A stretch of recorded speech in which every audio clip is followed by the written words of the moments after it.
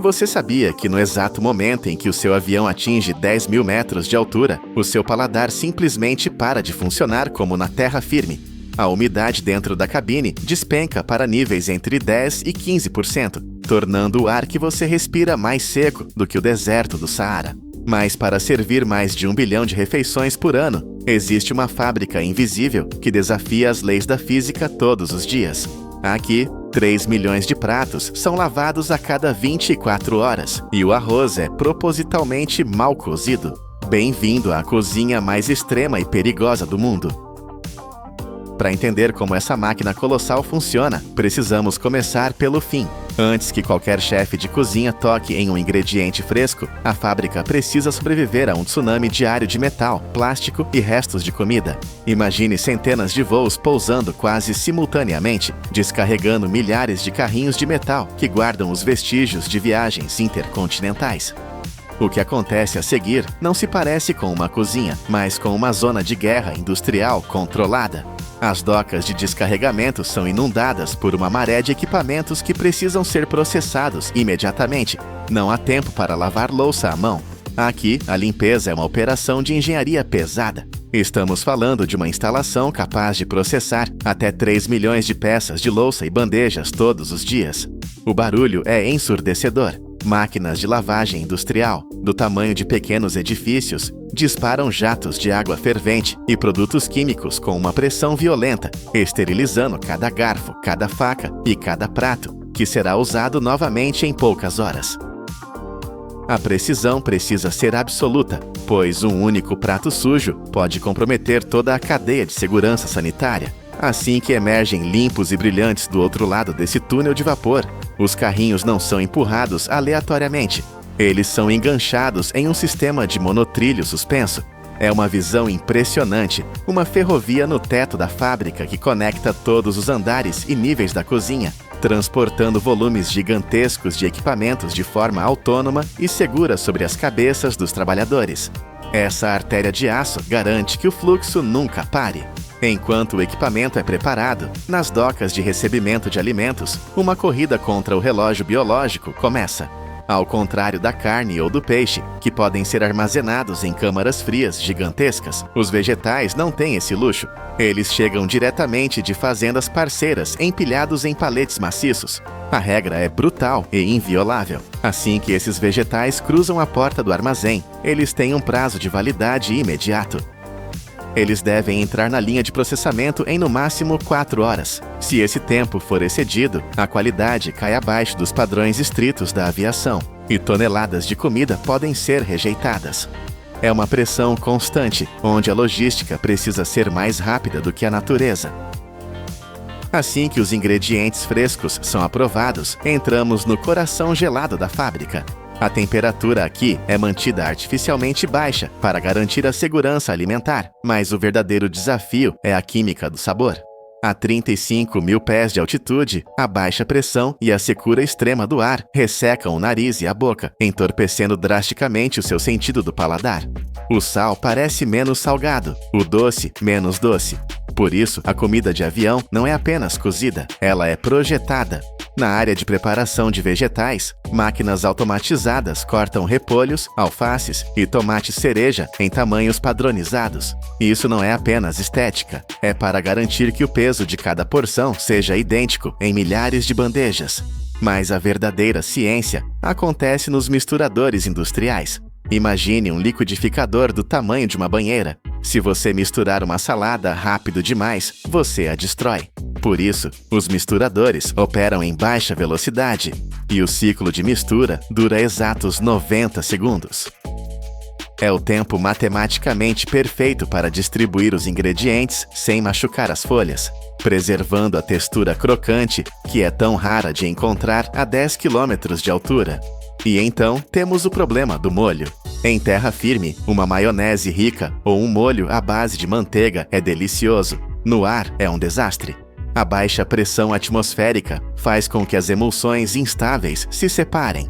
O óleo se dissocia da base, criando uma experiência gordurosa e desagradável. Para combater isso, os engenheiros de alimentos ajustam a fórmula molecular das receitas. Eles reduzem o teor de gordura e aumentam a acidez. Essa acidez extra ajuda a estabilizar o molho e compensar a perda de paladar dos passageiros. O molho é então embalado separadamente para que não deixe a salada murcha antes da hora de servir. Tudo isso acontece em um ambiente clínico, onde a consistência é a lei suprema. Cada passageiro em cada voo deve ter a mesma experiência, não importa o caos que esteja acontecendo lá fora. Enquanto o setor de saladas luta para manter o frescor, o setor de cozimento enfrenta um paradoxo térmico. Como você cozinha arroz para 30 mil pessoas por dia, sem transformá-lo em uma pasta grudenta quando ele for reaquecido horas depois? A resposta é simples e chocante. Você não cozinha. Pelo menos, não até o fim. O processo começa em caldeirões industriais gigantescos, onde a água é dispensada automaticamente, seguindo proporções calculadas por computador. Mas o segredo está no momento da parada. O cozimento do arroz é interrompido quando os grãos atingem entre 70% e 80% de prontidão. Se você comesse esse arroz agora, ele estaria duro e intragável. Mas essa margem de 20% é deixada propositalmente. O arroz precisa desse espaço para expandir e terminar de cozinhar dentro dos fornos de convecção do avião, utilizando o vapor residual dentro da embalagem selada. Imediatamente após sair dos caldeirões, o arroz sofre um choque térmico, sendo resfriado rapidamente para travar sua estrutura interna. A mesma lógica industrial se aplica à produção de massas. Esta fábrica produz mais de 1.000 porções de massa fresca diariamente. Farinha, água e ovos são calibrados com precisão percentual em misturadores de alta capacidade.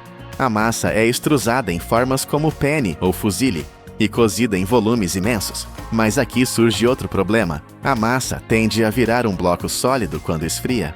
Para evitar isso, as massas curtas recebem um tratamento especial. Elas são levemente revestidas com uma camada fina de molho ou óleo, antes mesmo de serem embaladas. Isso cria uma barreira microscópica entre cada pedaço, garantindo que, ao ser reaquecida a 10.000 metros, a massa se solte e mantenha sua elasticidade.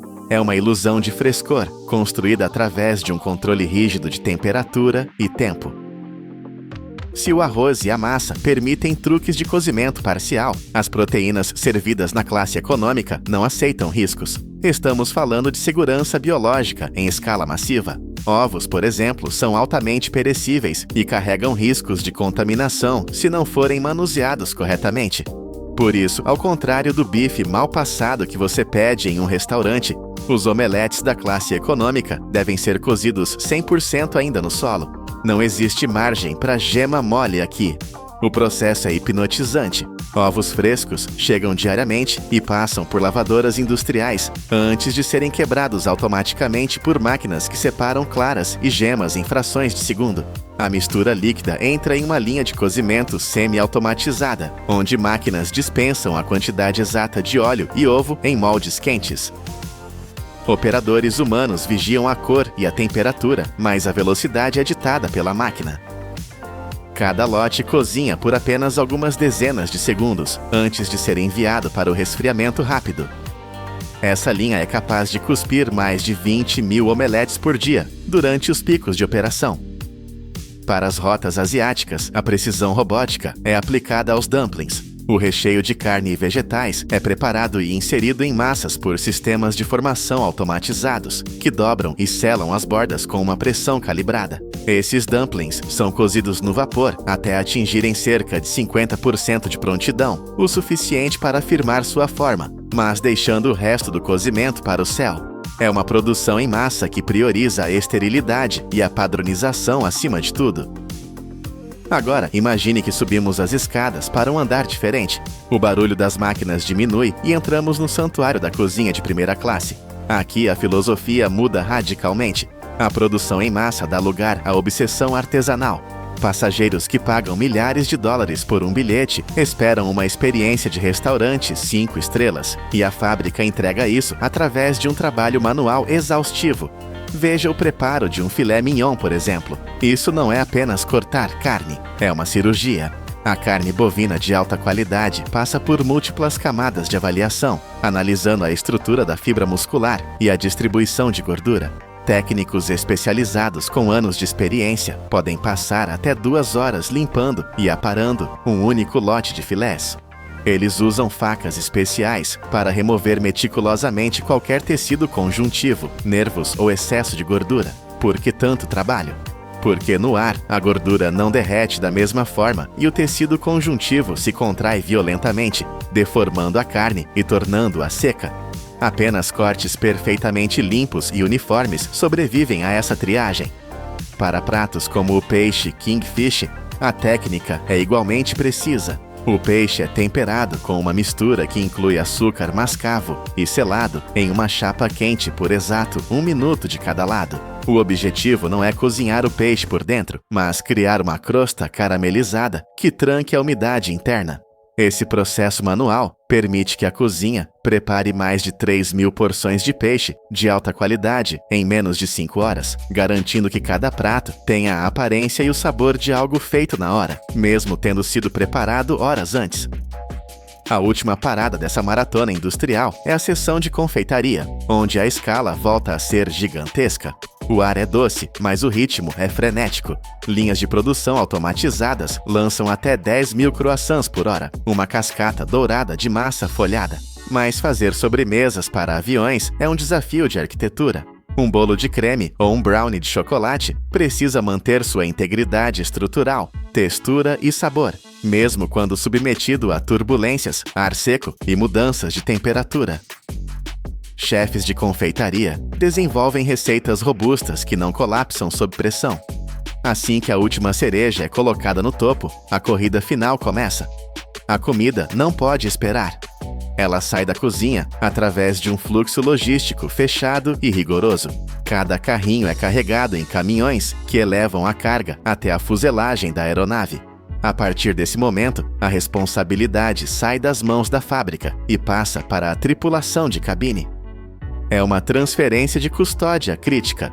Os comissários de bordo tornam-se os chefes finais, seguindo instruções precisas para reaquecer e finalizar pratos que foram iniciados no solo.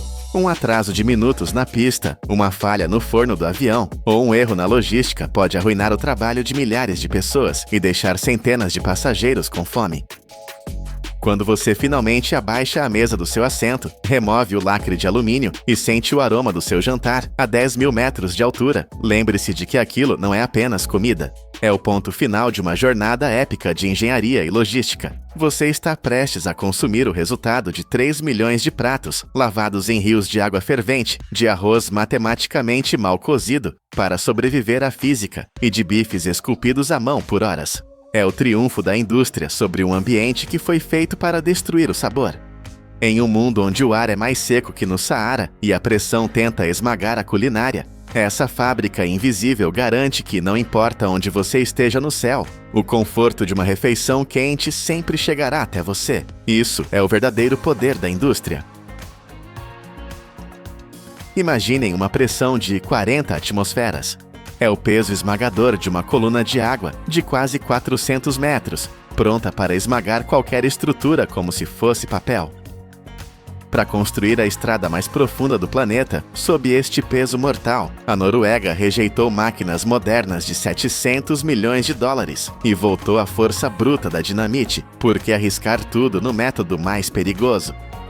Para compreender a loucura e a grandiosidade deste projeto, precisamos primeiro olhar para o mapa da Noruega. A costa oeste deste país não é apenas terra e mar, é um campo de batalha geológico.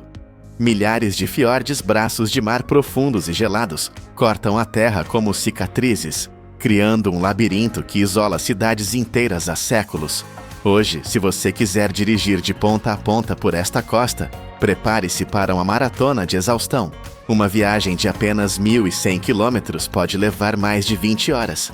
Não por causa do trânsito, mas porque a estrada simplesmente acaba na água. Os motoristas são reféns de uma rede de balsas lentas, forçados a esperar em filas intermináveis, 7 ou 8 vezes, numa única viagem, à mercê de tempestades de neve e ventos que congelam os ossos. Para uma nação moderna, isto é inaceitável. A Noruega decidiu que não vai mais curvar-se perante a geografia. Eles lançaram o projeto E39, uma ambição que faz as pirâmides parecerem simples. O objetivo é eliminar as balsas.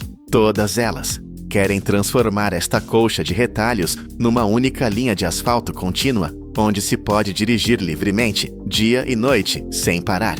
Mas o preço para reescrever o mapa é astronômico.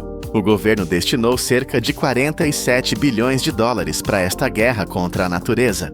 Para que tenham uma ideia, com esse dinheiro poderíamos construir dezenas dos arranha-céus mais altos do mundo. Mas aqui, todo esse ouro será enterrado na rocha e submerso no mar.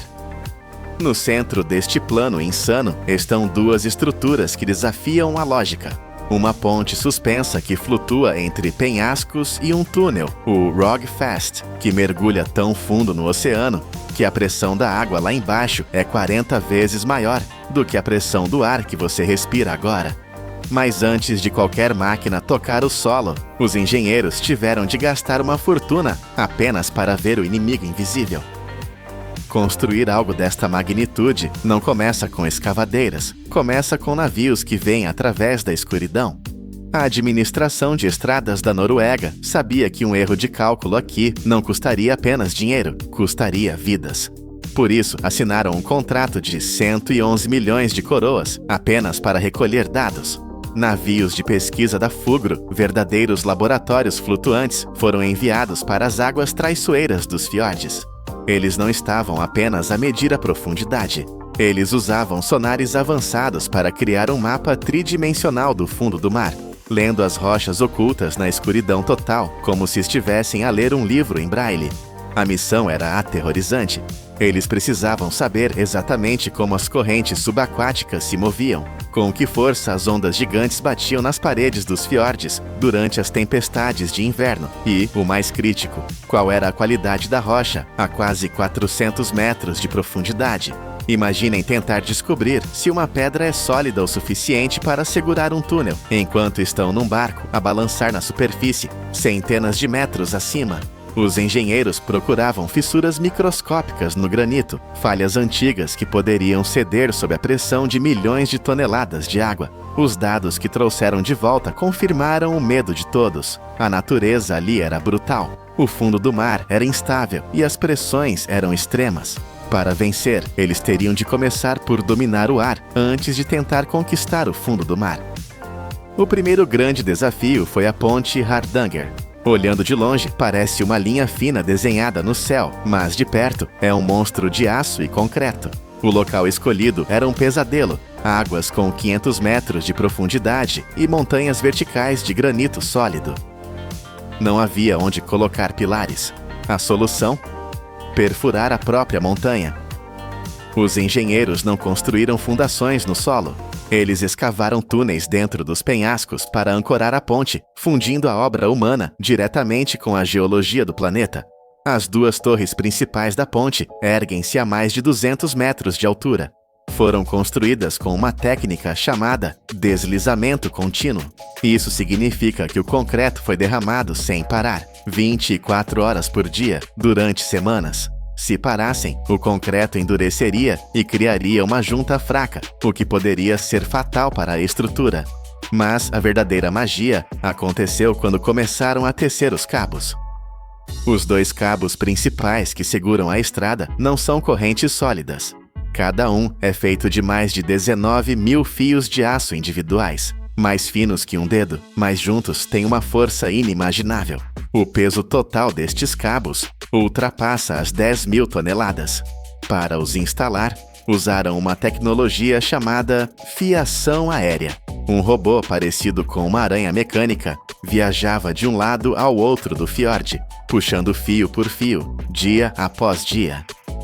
A precisão exigida era absoluta. Sensores a laser monitoravam tudo. Sabiam que uma mudança de temperatura de apenas alguns graus faria o aço expandir e a ponte baixar centímetros.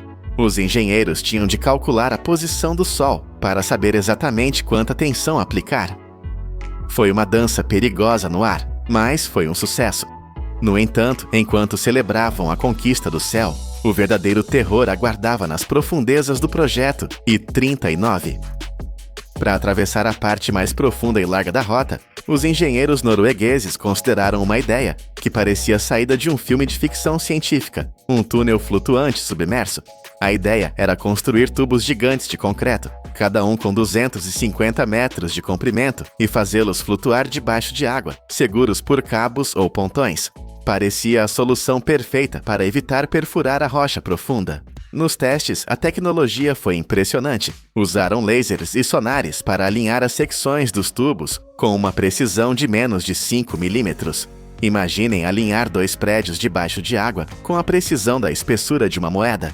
Parecia que o futuro tinha chegado. Mas então, a realidade do Mar do Norte bateu à porta.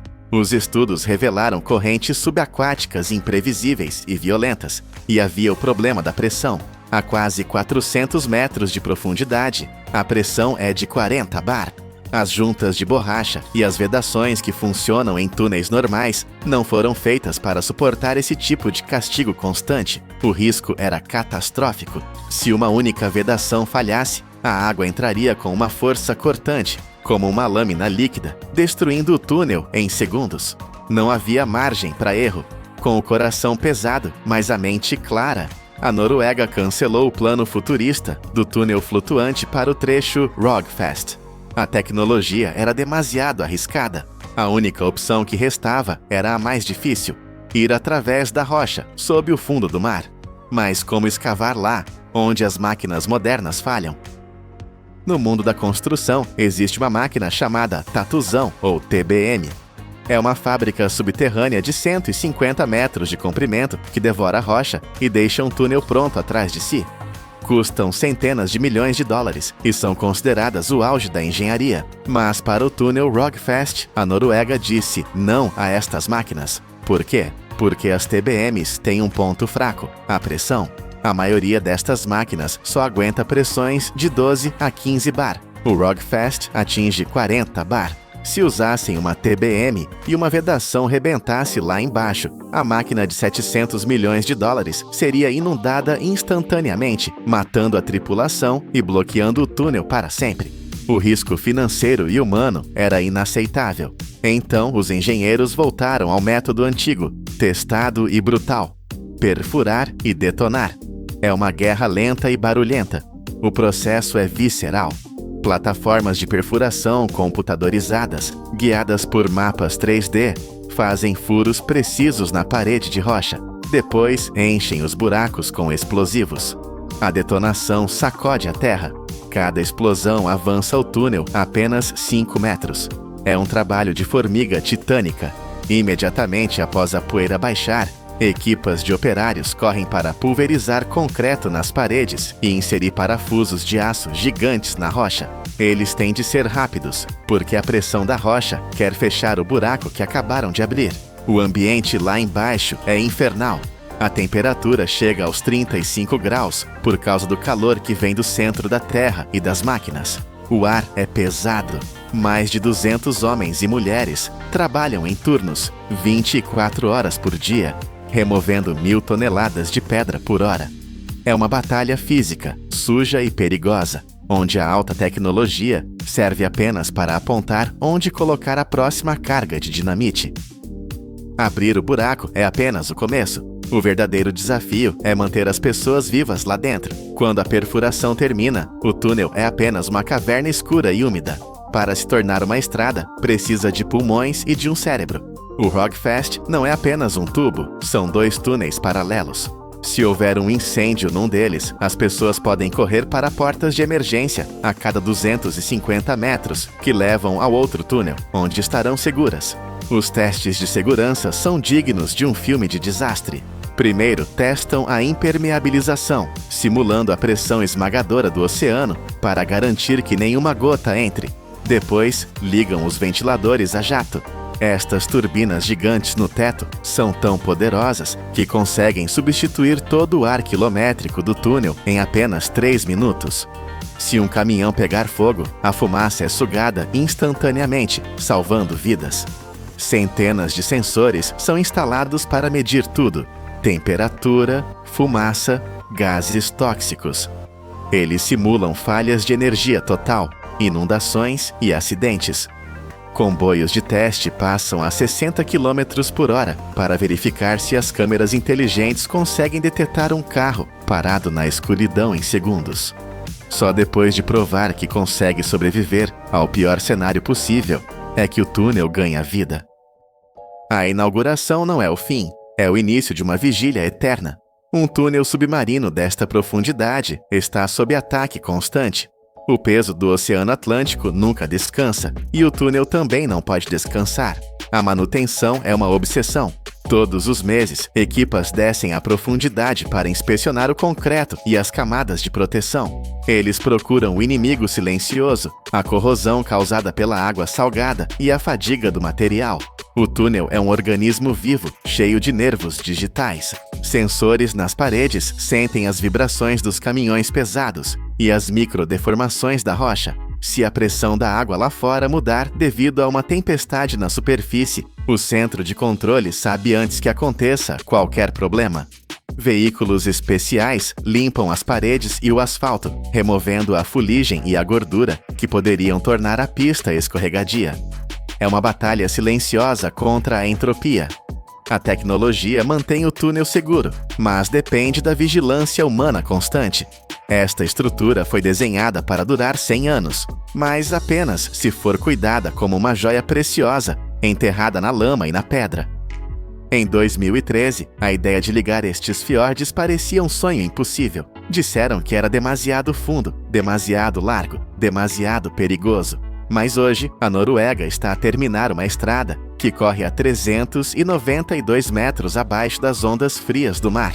O projeto E39, com o seu custo de 47 bilhões, é mais do que uma obra de engenharia. É uma prova de humildade e força, quando as máquinas de perfuração mais caras e modernas do mundo se mostraram inúteis contra a pressão do oceano. Os engenheiros não desistiram. Eles adaptaram-se, voltaram à dinamite, usaram a precisão dos lasers e a coragem humana para esculpir um caminho onde a natureza tinha colocado uma parede. Transformaram o leito do mar numa autoestrada do futuro. Isto prova que, com determinação suficiente, nem a pressão de 40 atmosferas, nem a rocha mais dura da Terra podem impedir a humanidade de se conectar. Se você sentiu o peso dessa conquista, inscreva-se no canal Poder da Indústria. Há muitas mais histórias de gigantes de aço e pedra à espera de serem contadas. Todos os anos, o mundo produz mais de 10 mil milhões de blocos de betão, um número astronômico para um material que parece tão simples. Eles estão em toda parte, desde fundações enterradas nas profundezas do solo até aos arranha-céus que definem as nossas cidades. Cada um destes blocos, aparentemente humilde, é projetado para resistir a mais de 1.500 libras por polegada quadrada de força de compressão. Isto é o equivalente a colocar o peso de vários automóveis concentrado numa superfície não maior que a palma da sua mão. Mas como é que algo feito de areia, pedra e água se torna tão incrivelmente forte? Como é que esta lama básica se transforma num pilar da engenharia moderna? O segredo não está, como muitos pensam, apenas na mistura. Está no que acontece depois da sua formação. Para ganhar a sua força lendária, cada bloco é trancado numa câmara de vapor escaldante, num banho de umidade saturada, durante 24 horas. Isto não é secagem, é um nascimento químico. A jornada do bloco de betão não começa numa misturadora ruidosa, mas sim no silêncio calculado de um laboratório de materiais. Tudo começa com uma receita, uma fórmula de engenharia afinada com precisão. O esqueleto do bloco é formado por gravilha ou pedra britada. Isto constitui entre 60% a 70% da mistura total. São estes agregados que dão ao bloco a sua capacidade de suportar cargas. A seguir vem o material de enchimento, areia fina, que compõe 10 a 20% do volume. A sua função é preencher os espaços vazios entre as pedras maiores. E, finalmente, a cola que une tudo, o cimento Portland, representando cerca de 10 a 15%. Mas a qualidade destes ingredientes é tão importante quanto a sua proporção. A falha começa antes mesmo de a primeira pá ser levantada. O cimento, o componente mais crítico, é armazenado em gigantescos silos de aço selados. Aqui, o inimigo número 1 é a umidade do ar. Sistemas de controlo monitorizam constantemente o ambiente, pois o cimento que absorve umidade antes do tempo começa a reagir, a curar, transformando-se num pedaço de rocha inútil e inutilizável antes mesmo de chegar à linha de produção. Um silo comprometido pode significar a perda de centenas de toneladas de material.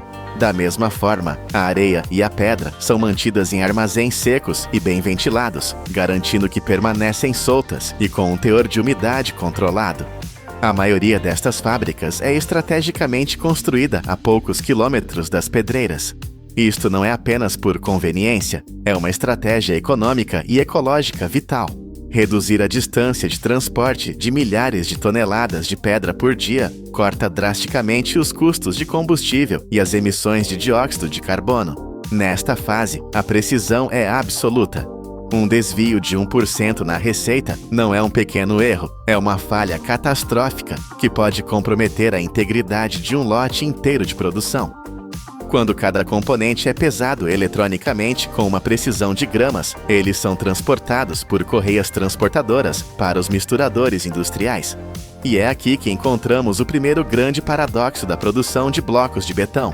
Ao contrário do betão tradicional que vemos a ser derramado em fundações, uma sopa cinzenta e fluida, a mistura para blocos de betão tem de ser formulada com um teor de umidade muito baixo, tem de ser quase seca. A razão para isto é fundamental para todo o processo que se segue. O excesso de água é um veneno para a próxima etapa. Daqui a momentos, esta mistura será submetida a uma força de compressão colossal. Se estivesse demasiado molhada, a água, que não pode ser comprimida, seria espremida violentamente, fazendo com que o bloco perdesse a forma, se deformasse ou desenvolvesse fissuras internas assim que a pressão fosse aliviada. Por isso, a quantidade de água purificada é adicionada com precisão de alta tecnologia. Dentro de misturadores de grande capacidade, eixos de aço pesados e lâminas poderosas giram continuamente, não apenas misturando, mas amassando os ingredientes. A água ativa quimicamente o cimento, começando a criar a pasta que revestirá cada grão de areia e cada pedaço de pedra.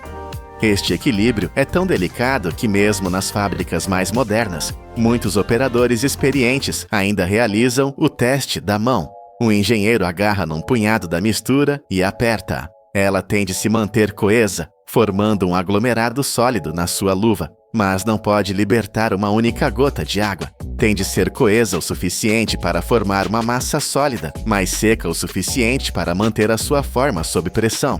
Não é culinária, é ciência dos materiais em ação, num equilíbrio perfeito entre plasticidade e densidade.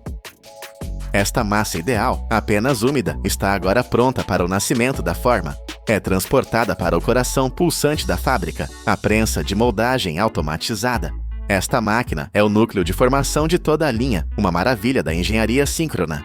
A mistura de betão é alimentada num conjunto de moldes de aço, compartimentos que definem a geometria exata dos blocos. Dependendo do tamanho, o sistema pode comprimir entre 4 a 12 blocos num único ciclo de segundos, e então o processo começa. Não é apenas uma prensa, é um ataque coordenado, um golpe duplo de força. Primeiro, um sistema de compactação hidráulica de alta pressão exerce uma força tremenda a partir de cima, atingindo várias toneladas por polegada quadrada. Isto comprime a mistura firmemente no molde, maximizando a sua densidade bruta e espremendo o ar aprisionado. Mas a pressão sozinha não é suficiente. Se apenas pressionasse, a mistura mais densa ficaria no topo, enquanto o fundo permaneceria mais solto. Simultaneamente, um mecanismo de vibração de alta frequência ativa-se por baixo do molde. Esta vibração intensa e controlada distribui o material uniformemente, faz com que as partículas de areia, gravilha e cimento se agitem, se acomodem e se entrelacem firmemente, preenchendo cada microvazio que a pressão por si só não conseguiria alcançar. É como um jogo de Tetris molecular, onde cada peça encontra o seu lugar perfeito. A pressão da densidade, a vibração da uniformidade. Quando a fase de compressão termina, os blocos recém-formados emergem. São superfícies planas, arestas vivas e uma estrutura compacta. Mas esta perfeição geométrica é uma ilusão. Neste exato momento, os blocos são frágeis. Mantêm a sua forma, mas ainda não têm força. São pouco mais do que um castelo de areia molhado e densamente compactado. Os blocos verdes e frágeis são agora transportados por sistemas automatizados para a fase que responde à nossa pergunta inicial. É aqui, longe dos martelos e das prensas, que a verdadeira força nasce.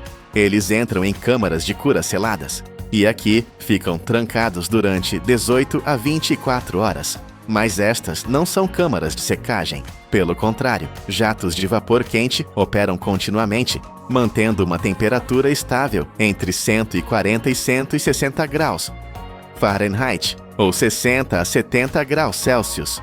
Mais importante ainda, a umidade é mantida perto de 100%. O ar está saturado de vapor. Isto não é secagem, é o oposto, é hidratação acelerada. Nestas condições precisas, ocorre a verdadeira magia da engenharia química. O calor e o vapor forçam o cimento e a água restante na mistura a entrar numa reação química agressiva. Formam-se densos cristais de silicato de cálcio. Imagine milhões de agulhas microscópicas a crescer dentro do bloco, a entrelaçar-se e a ligar-se à areia e à gravilha. Esta estrutura cristalina interna é a verdadeira cola que une toda a estrutura. É isto que dá ao bloco a sua resistência à compressão de 1500 psi. Se os blocos fossem simplesmente deixados a secar ao ar livre, este processo de cura natural levaria semanas, talvez meses, e a força seria inconsistente. Aqui, no ambiente controlado da câmara de vapor, a fábrica alcança em 24 horas, o que a natureza levaria um mês para fazer. É aqui que o betão deixa de ser areia e pedra e se torna estruturalmente uma rocha artificial projetada. Após aproximadamente um dia inteiro no banho de vapor, os blocos atingiram a sua força padrão, mas não podem simplesmente sair do calor da câmara para o frio da fábrica. O choque térmico, uma mudança súbita de temperatura, causaria estresse no material, criando microfissuras e comprometendo a durabilidade. Por isso, são primeiro movidos para uma zona de arrefecimento, onde a sua temperatura interna e umidade se estabilizam gradualmente. Só então estão prontos para o controle de qualidade final, o dia do julgamento. Um sistema automatizado seleciona aleatoriamente amostras de cada lote de produção. Estes blocos de teste são levados para o laboratório com um único propósito: serem destruídos. Eles são colocados numa prensa hidráulica de teste. Uma força crescente é aplicada. O computador mede a resistência até que, com um estalido súbito, o bloco falha. O sistema registra os dados, 1540 psi. O lote inteiro é aprovado. Os blocos que passam na inspeção são então enviados para a linha de embalagem. É um Tetris automatizado. Braços robóticos e sistemas de aperto organizam os blocos em paletes de aço reforçado, otimizando o espaço e garantindo estabilidade. Cada palete é segura com cintas de plástico de alta resistência ou envolvida em várias camadas de filme protetor. Empilhadores industriais transferem as paletes carregadas para zonas de armazenamento temporário ou diretamente para a baía de carga, prontos para a linha da frente da construção. O processo é uma maravilha da eficiência, mas a indústria enfrenta um desafio significativo. A produção de cimento Portland, o ingrediente cola essencial, é uma das maiores fontes de emissões de dióxido de carbono do planeta, mas a engenharia está a adaptar-se. A nova era da construção é o bloco verde. Em vez de dependerem exclusivamente de matérias-primas tradicionais, os fabricantes estão agora a inovar para transformar resíduos industriais em recursos valiosos. Em muitas formulações modernas, uma parte significativa do cimento é substituída por cinzas volantes, um subproduto fino das centrais termoelétricas a carvão.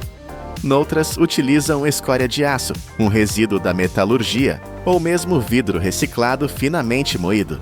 Estes aditivos não só mantêm a resistência estrutural, como também reduzem as emissões de CO2 em até 40% por cada bloco produzido. O processo não só conserva recursos naturais, mas transforma os subprodutos de uma indústria na matéria-prima de outra. O bloco de betão está a ser redefinido, mantém a sua força lendária, mas reduz drasticamente a sua pegada ambiental. Sabia que, para além da construção, os blocos de betão desempenham funções surpreendentes? Graças à sua estrutura densa, são usados para construir barreiras acústicas e de isolamento térmico em redor de parques eólicos e instalações de energia solar. Nos portos, são usados como quebra-mares e fundações para contentores, resistindo à força corrosiva do oceano. E na agricultura, são reaproveitados para construir celeiros, armazéns ou recintos para animais, concebidos para durar décadas sob as condições mais adversas. 10 mil milhões de blocos por ano. Cada um deles é o resultado de engenharia precisa e inovação contínua. Cada um passou pelo armazenamento a frio da matéria-prima, pelo golpe duplo de pressão e vibração, e pelo batismo de vapor de 24 horas que lhe deu força. A partir de materiais familiares como areia, cimento e gravilha, a humanidade construiu milhões de estruturas duradouras. Da areia e pedra comuns, criamos a fundação invisível que nos permite, literalmente, construir até ao céu.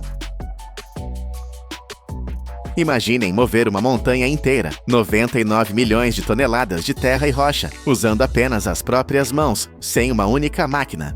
Este esforço titânico não foi para construir um túmulo para reis, como as pirâmides de Gizé, mas para fazer algo ainda mais impossível: ressuscitar uma terra morta. Numa região onde as florestas desapareceram e a água evaporou, agricultores sem dinheiro e sem tecnologia realizaram o maior feito de engenharia ecológica do século. Como é que um país devastado pela fome conseguiu trazer 106 mil acres de floresta de volta à vida sem plantar uma única árvore? A resposta desafia tudo o que sabemos sobre a natureza. Para entender o tamanho deste milagre, precisamos voltar ao momento em que o inferno desceu à Terra. A Etiópia, localizada nas terras altas da África Oriental, nem sempre foi o deserto poeirento que vimos nos noticiários dos anos 80. Houve um tempo em que este lugar era conhecido como o Jardim da África. Florestas densas e vibrantes cobriam mais de 60% do território, e rios profundos alimentavam uma das regiões mais férteis do continente. Mas numa espiral de destruição que parece um filme de terror, esse paraíso entrou em colapso. Em apenas algumas décadas, a Etiópia perdeu mais de metade das suas florestas. Chegamos a 1982, e o cenário era apocalíptico. A cobertura florestal tinha caído para uns míseros 3%. De 77 mil milhas quadradas de verde, restavam apenas 12 mil. Onde antes havia vida, agora só existia uma crosta dura e seca. Mas as florestas não desapareceram por magia. Foram empurradas para o abismo pela pressão humana. Árvores centenárias foram cortadas para lenha, e florestas inteiras foram queimadas para criar campos agrícolas desesperados. Quando as árvores sumiram, a terra perdeu a sua pele protetora. Sem raízes para segurar o solo, a capacidade de reter água desapareceu. A chuva parou de cair, os rios secaram e o vento soprou a terra fértil, deixando para trás um deserto vermelho. E então aconteceu o inevitável: a Grande Fome de 1983. Foi a tragédia mais devastadora da história do país, tirando a vida a mais de 1 milhão de pessoas em apenas 2 anos. O mundo assistiu em choque, mas ninguém sabia como parar a hemorragia de um ecossistema inteiro. A Terra estava clinicamente morta. No meio deste cenário de pesadelo, quando todas as esperanças pareciam perdidas, surgiu uma ideia radical. As tentativas tradicionais de salvar a Terra tinham falhado miseravelmente. Projetos internacionais gastaram milhões para plantar novas árvores, mas 90% dessas mudas morriam em poucas semanas. O sol escaldante de 40 graus Celsius cozinhava as plantas vivas, ou o gado faminto comia o pouco que restava.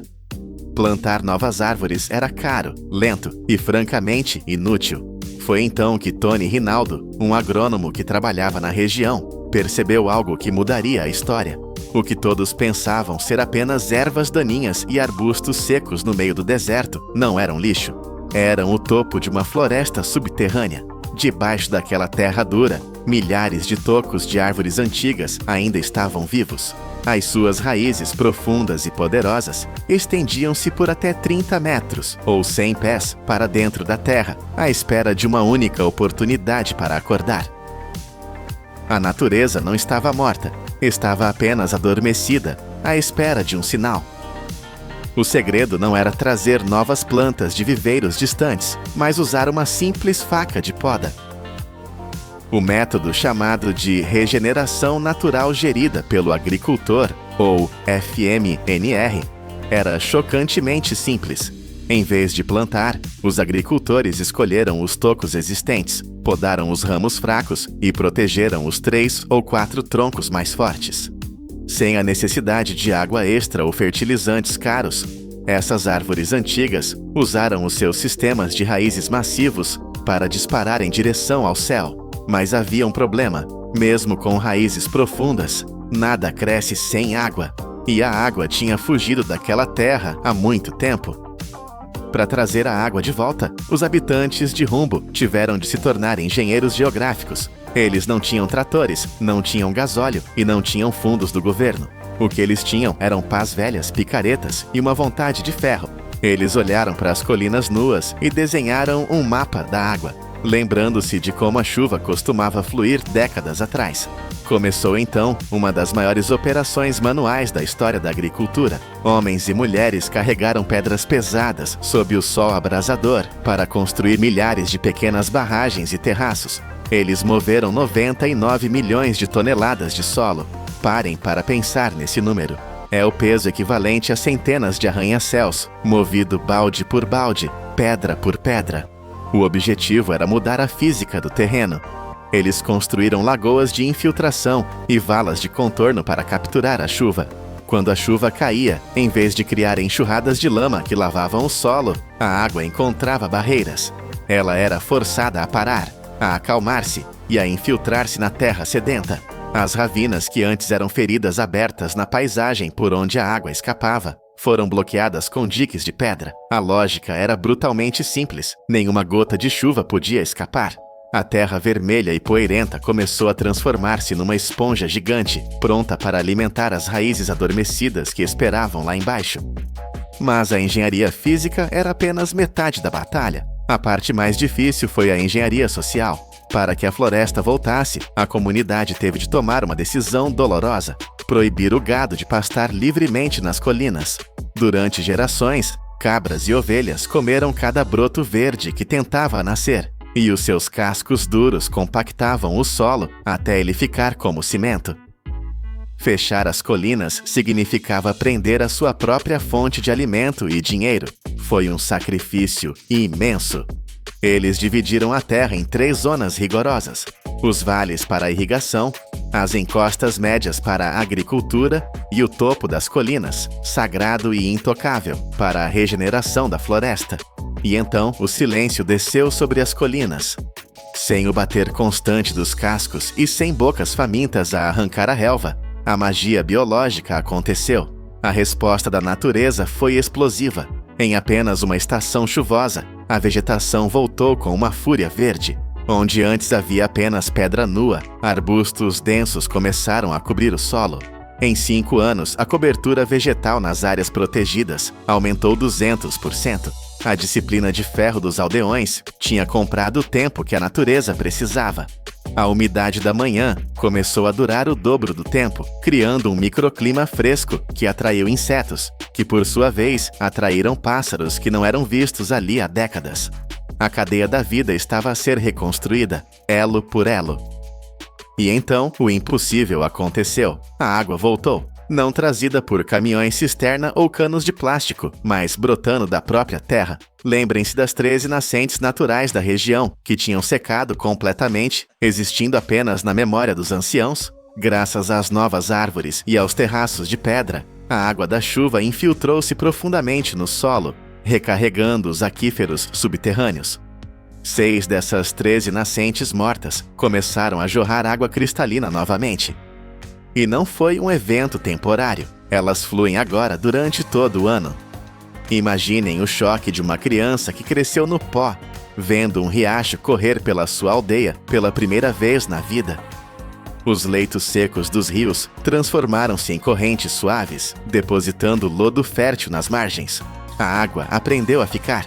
As mulheres que antes caminhavam horas intermináveis sob o sol apenas para encher um jarro de água barrenta, agora tinham fontes limpas perto de casa. A vida doméstica mudou da noite para o dia. Este milagre hidráulico provou que a terra não estava morta, estava apenas desidratada. Ao curar o solo, eles curaram o ciclo da água. E isto não é apenas uma história bonita sobre natureza, é uma revolução econômica. A água trouxe dinheiro. Com o solo úmido e fértil, a produção agrícola disparou 85%. O rendimento médio das famílias aumentou 76%. As pessoas deixaram de depender de ajuda alimentar estrangeira e começaram a vender os seus próprios produtos. Onde antes havia fome, agora há colmeias a produzir mel, madeira a ser colhida de forma sustentável e até créditos de carbono vendidos às Nações Unidas. A floresta tornou-se um banco, gerando juros compostos em forma de vida, e o modelo de rumbo explodiu fronteiras. O que começou com 106 mil acres na Etiópia espalhou-se como um incêndio positivo por toda a África. No Níger, usando este mesmo método simples de faca e pedra, mais de 12 milhões de acres de deserto foram transformados em terras produtivas. No Burkina Faso, colinas estéreis são agora florestas densas que alimentam milhões. É a prova definitiva de que não precisamos de tecnologia de ponta para salvar o planeta. Precisamos de escalabilidade, simplicidade e respeito pelos sistemas naturais. Voltamos à pergunta que iniciou esta jornada. É possível criar uma floresta sem plantar uma árvore? A resposta está gravada na paisagem da Etiópia. 99 milhões de toneladas de terra movidas à mão não construíram um monumento de pedra fria, mas sim a fundação para o futuro da vida na Terra. Debaixo dos nossos pés, muitas vezes, a solução já existe. Raízes antigas, sementes adormecidas e ciclos de água esquecidos estão apenas à espera que paremos de lutar contra eles e comecemos a trabalhar com eles. A natureza não precisa que a reinventemos. Ela só precisa de espaço para respirar e lembrar-se do que costumava ser. De um deserto de pó vermelho a um oásis de ouro verde. Esta é a prova do poder da indústria humana quando alinhada com a força da terra. Se gostaram de descobrir este segredo subterrâneo, deixem o vosso like e subscrevam o canal Poder da Indústria. Há muito mais segredos neste planeta à espera de serem revelados. Imagine que um quarto de todo o território de uma das maiores nações da Terra se transformou em pó. Para impedir este apocalipse, a China está a construir uma muralha viva com o dobro do tamanho da Califórnia. Mas existe aqui um paradoxo brutal. Enquanto uma mão planta bilhões de árvores para deter a areia, a outra destrói o maior lago do país para extraí-la. Bem-vindos à maior guerra ecológica e industrial da história. Para compreender a verdadeira dimensão deste combate, precisamos primeiro olhar para o abismo. O nosso planeta já viu cerca de 40% de toda a sua superfície terrestre transformar-se em deserto. É uma crise silenciosa que devora o mundo. E desde a década de 1980, a China tornou-se o epicentro absoluto deste desastre. Enquanto o sul do país permanece verde e úmido, o norte enfrenta uma seca tão violenta que o próprio ar parece sufocar quem respira. A pouca água que resta nestas regiões áridas é impiedosamente sugada por complexos industriais massivos, fazendas gigantescas e cidades em explosão demográfica. A humanidade perfura poços cada vez mais profundos e ergue represas colossais, mas a natureza responde com um silêncio aterrador. Os rios começaram a desaparecer do mapa. O Rio Amarelo, que durante milênios foi o orgulho e a artéria vital da civilização chinesa, chegou ao ponto crítico de secar completamente por 6 meses inteiros em um único ano. Ao mesmo tempo, as florestas evaporaram. Em 1949, a cobertura florestal da nação tinha caído para uns aterrorizantes 8%. O sobrepastoreio e o corte descontrolado de madeira deixaram a terra nua, erodida e sem nutrientes, incapaz de sustentar qualquer forma de vida.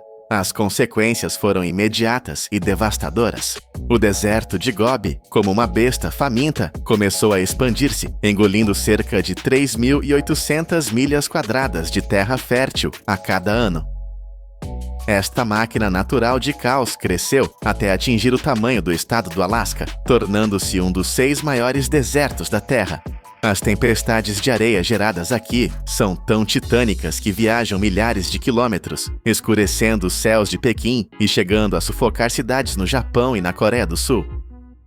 Diante da aniquilação total da Terra arável, a resposta da engenharia não foi recuar. Foi lançar o maior projeto de bioengenharia que a humanidade já ousou tentar. Em 1978, nasceu a Grande Muralha Verde. O objetivo era simples, mas tecnicamente insano: transformar a Terra morta em um escudo vivo. O apelido Grande Muralha de Árvores não é um exagero. É uma descrição literal de uma barreira destinada a travar o vento e a areia.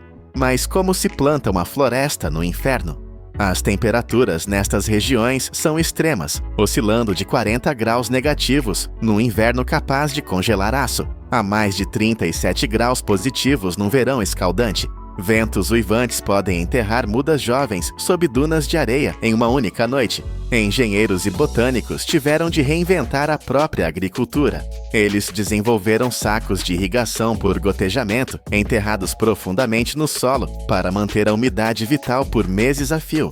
Criaram covas de plantio em forma de funil, desenhadas geometricamente para capturar o orvalho da manhã. Eles selecionaram espécies de superárvores resistentes à seca, como o salgueiro vermelho e o chopo do deserto. Estas não são plantas comuns, são sobreviventes biológicos com raízes que penetram de 60 a 90 pés no solo, buscando lençóis freáticos profundos que nenhuma outra planta alcançaria. Após mais de 4 décadas de uma luta brutal contra os elementos, o impossível aconteceu. Em 2009, as florestas artificiais já cobriam uma área de 193 mil milhas quadradas. Isso é o dobro do tamanho da Califórnia. Um relatório de 2020 confirmou que este cinturão verde absorveu quantidades massivas de dióxido de carbono e resfriou a região. O avanço do deserto não só parou, como reverteu. Em 2022, o deserto encolheu mais de 770 milhas quadradas. Por trás destes números frios, existe o suor quente de milhões de pessoas. Heróis anônimos como a senhora Yin Yusen, que passou 40 anos plantando mais de 74 mil acres de árvores, protegendo cada muda contra a fúria do vento. O que antes era uma máquina de tempestades, tornou-se um símbolo de renascimento. Mas domar a areia com árvores foi apenas o primeiro ato. O desafio seguinte foi atravessar o coração do Mar da Morte, o deserto de Taklamakan. Aqui, 85% da superfície é composta por dunas móveis que engolem tudo o que permanece estático. No entanto, para aceder às vastas reservas de petróleo e gás de Xinjiang, a China precisava de uma artéria vital. Em 1993, começou a construção da rodovia do deserto de Tarim. Manter uma estrada aberta num lugar onde o vento move dunas inteiras em horas exigiu uma logística de guerra. A solução foi criar um corredor blindado, fileiras de árvores bloqueadoras de areia ao longo de toda a rota, sustentadas por sistemas de irrigação em larga escala. A cada 2,5 milhas existem estações de manutenção operando 24 horas por dia, 7 dias por semana. É uma batalha constante contra a natureza. O mais impressionante é a sustentabilidade desta cicatriz de asfalto. Esta é a primeira rodovia carbono zero do país. 109 poços de irrigação e 86 centrais de energia solar alimentam o sistema, economizando cerca de 1.000 toneladas de diesel anualmente. E a ambição não parou no asfalto. Eles construíram a ferrovia Rotan-Ruokyang, uma maravilha de aço de 439 milhas, onde 90% do trajeto cruza áreas sem estradas. Com 180 pontes e mais de 1.000 passagens inferiores, os trens deslizam sobre o deserto, protegidos por 9 centros de controle de areia e redes especiais que estabilizam as dunas. Milhares de trabalhadores lutam diariamente para limpar os trilhos. Por vezes terminam de manhã apenas para ver o vento cobrir tudo novamente à tarde. Contudo, enquanto a China luta heroicamente contra o excesso de areia no norte, as suas megacidades enfrentam uma crise oposta e bizarra, uma fome voraz por areia. A urbanização desenfreada, que levou mais de 65% da população para as cidades até 2024, exige quase 3 bilhões de toneladas de areia todos os anos. Isso é areia suficiente para encher 1.200.000 piscinas olímpicas. E aqui reside a cruel ironia geológica. A areia do deserto, aquela que eles tentam desesperadamente conter com árvores, é inútil para a construção. Seus grãos polidos pelo vento durante milênios são demasiado redondos e lisos. Eles não travam uns nos outros, falhando em criar o concreto forte necessário para arranha-céus. A única solução viável é minerar a areia áspera do leito dos rios e lagos. O epicentro desta extração predatória é o Lago Poyang, o maior lago de água doce da China. Todos os dias, centenas de barcos de dragagem, verdadeiros monstros mecânicos capazes de sugar 11.000 toneladas de areia por dia cada um, revolvem o leito do lago. O impacto é catastrófico. Em menos de 2 décadas, o nível da água caiu mais de 25%. O ecossistema aquático entrou em colapso. A população de aves migratórias caiu 90% e os estoques de peixes foram reduzidos quase pela metade. Pior ainda, o Lago Poyang funcionava como uma válvula de escape natural para as cheias do rio Yangtze. Agora, com o fundo escavado, as inundações de verão correm diretamente rio abaixo, ameaçando milhões de lares. É como se drenassem o Lago Michigan e Chicago perdesse o seu escudo. Apesar deste custo ambiental oculto e aterrorizante, a engenharia chinesa encontrou uma maneira de transformar a desolação absoluta em potência pura. Os desertos, muitas vezes vistos como terras mortas, possuem um recurso infinito, a radiação solar. Na orla do Gobi, ergue-se uma estrutura que parece saída de um filme de ficção científica. Uma torre de energia solar térmica de 850 pés de altura, equivalente a um prédio de 60 andares. Esta agulha brilhante é cercada por 12.000 espelhos gigantes que seguem o movimento do Sol como girassóis mecânicos. Durante o dia, todos estes espelhos focam a luz num único ponto no topo da torre, gerando um calor tão intenso que derrete sal para criar vapor e girar turbinas massivas. O sistema é engenhoso porque o sal fundido armazena calor, permitindo gerar eletricidade mesmo após o pôr do sol. Esta única usina produz 390 milhões de kWh por ano, o suficiente para abastecer quase 100.000 casas americanas. Já no deserto de Kubuki, a visão aérea revela algo ainda mais espetacular e artístico. 196.000 painéis solares, dispostos no formato de um cavalo a galope, cobrindo mais de 15 milhões de pés quadrados. Esta usina colossal já gerou mais de 2 bilhões e 300 milhões de kWh de eletricidade verde. Isso significa poupar a queima de 760 mil toneladas de carvão e evitar emissões equivalentes a remover 400 mil carros a gasolina das estradas num único ano.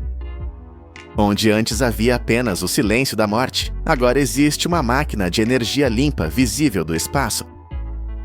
A guerra contra a areia está longe de terminar, mas as armas estão mudando. A meta para 2050 é criar um anel verde contínuo ao redor de todo o norte, expandindo as florestas por 137 mil milhas quadradas.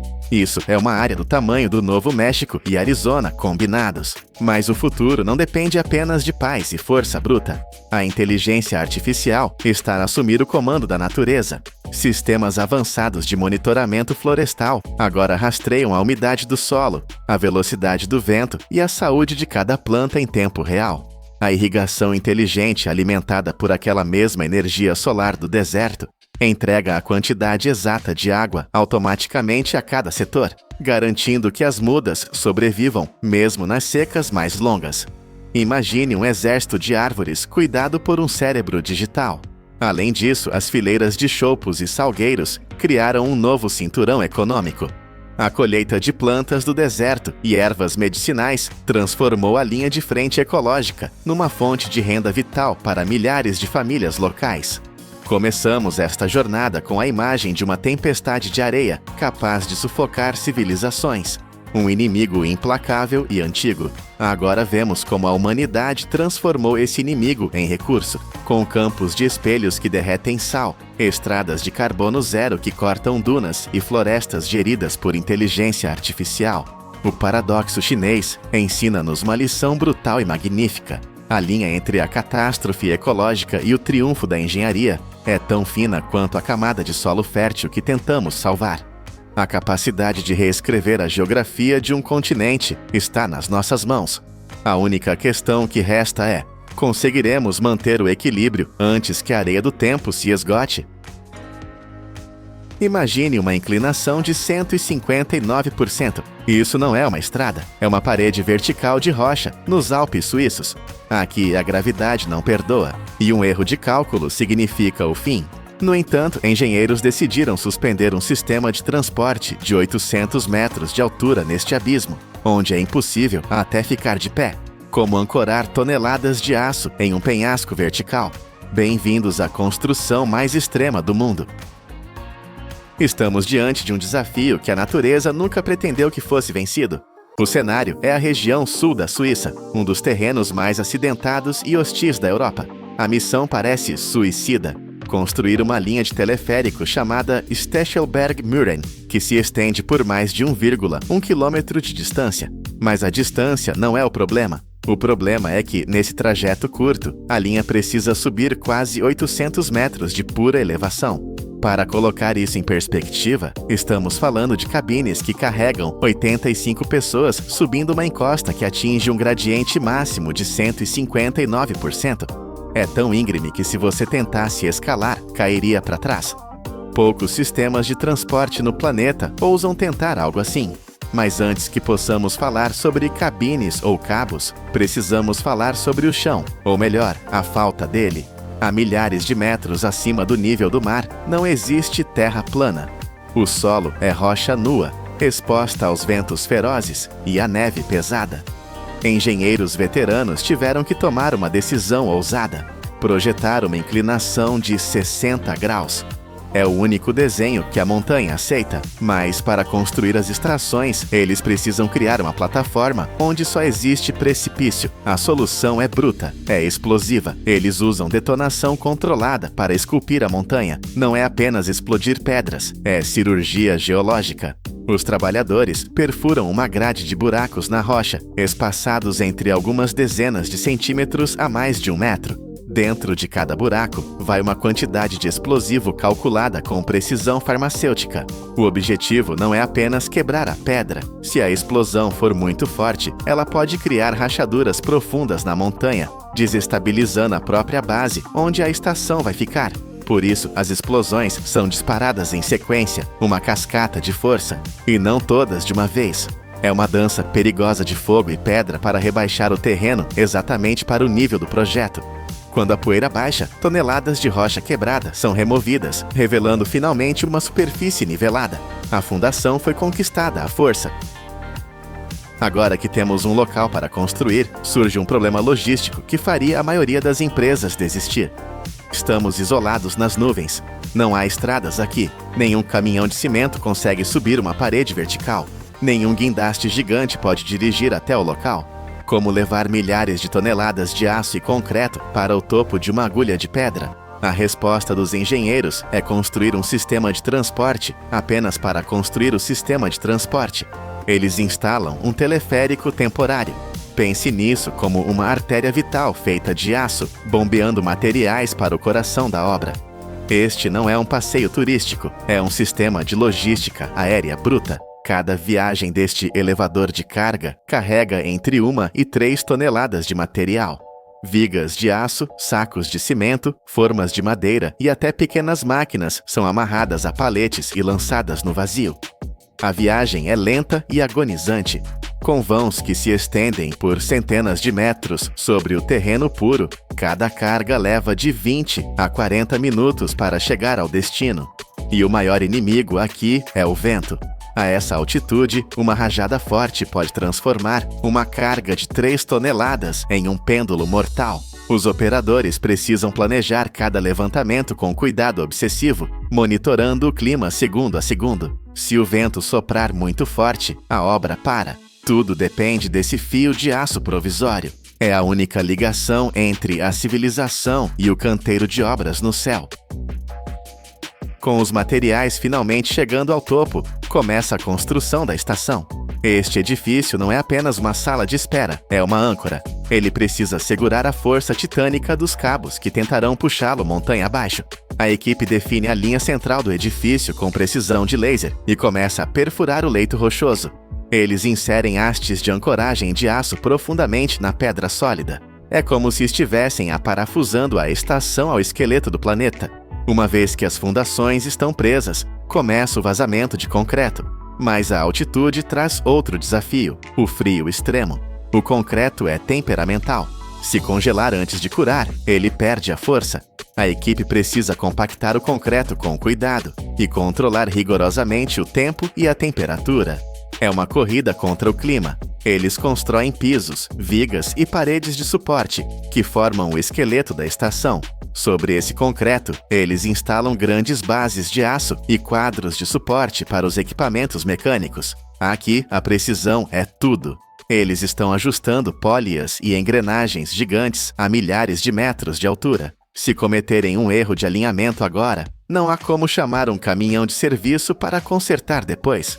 Reparos aqui são quase impossíveis. Por fim, a estação recebe sua pele externa, painéis de metal e vidro. Isso não é estética, é um escudo.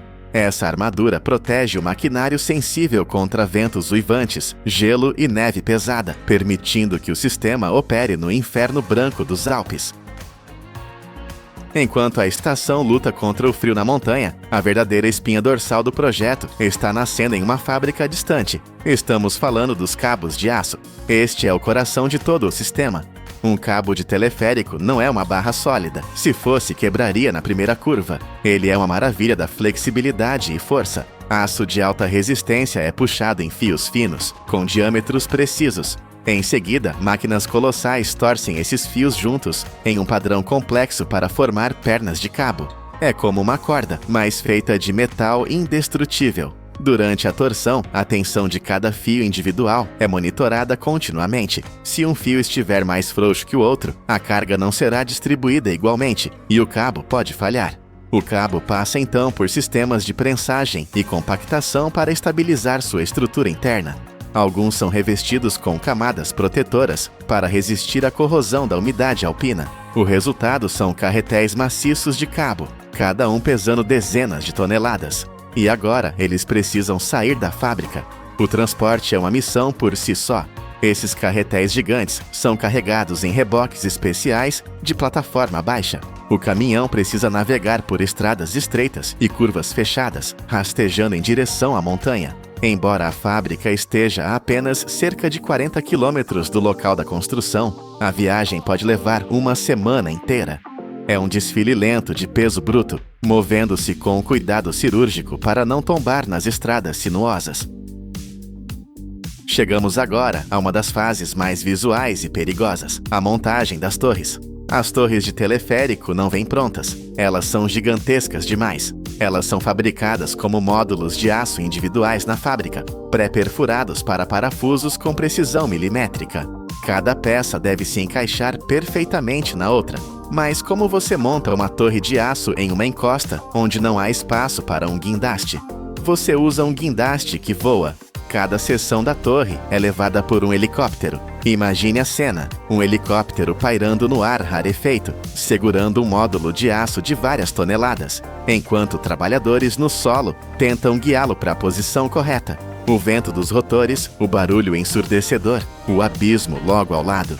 Assim que o módulo toca a base, a equipe corre para prendê-lo com centenas de parafusos de alta resistência. Eles usam chaves de torque para apertar cada parafuso a um valor exato. Não é força bruta, é precisão calibrada.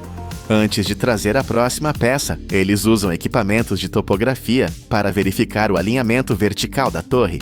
Um erro de milímetros na base se tornaria um desvio de metros no topo. No topo da torre, eles instalam os rolos de guia. São conjuntos de roldanas que pesam centenas de quilogramas.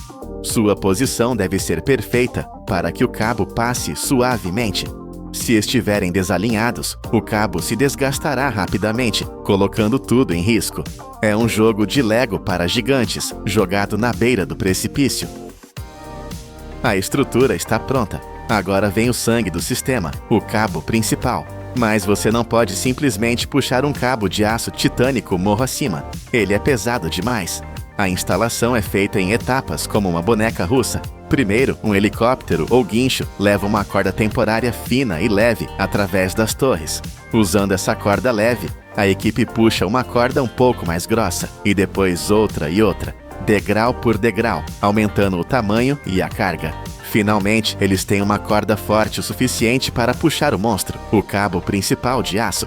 Guinchos de alta capacidade na estação puxam com força bruta, enquanto sistemas de freio na outra ponta seguram o cabo para que ele não deslize descontrolado.